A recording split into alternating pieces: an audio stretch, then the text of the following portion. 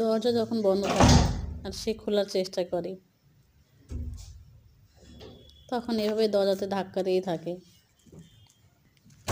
আমার ছোটো বাবুটা দেখতে দেখতে বড় হয়ে যাচ্ছে, তার মাথায় এত বুদ্ধি, সে যে কিভাবে বোঝে যে এখন তাকে কি করতে হবে।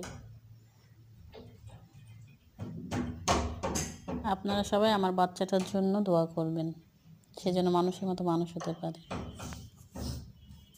মাশাআল্লাহ বলতে ভুলবেন না কেউ।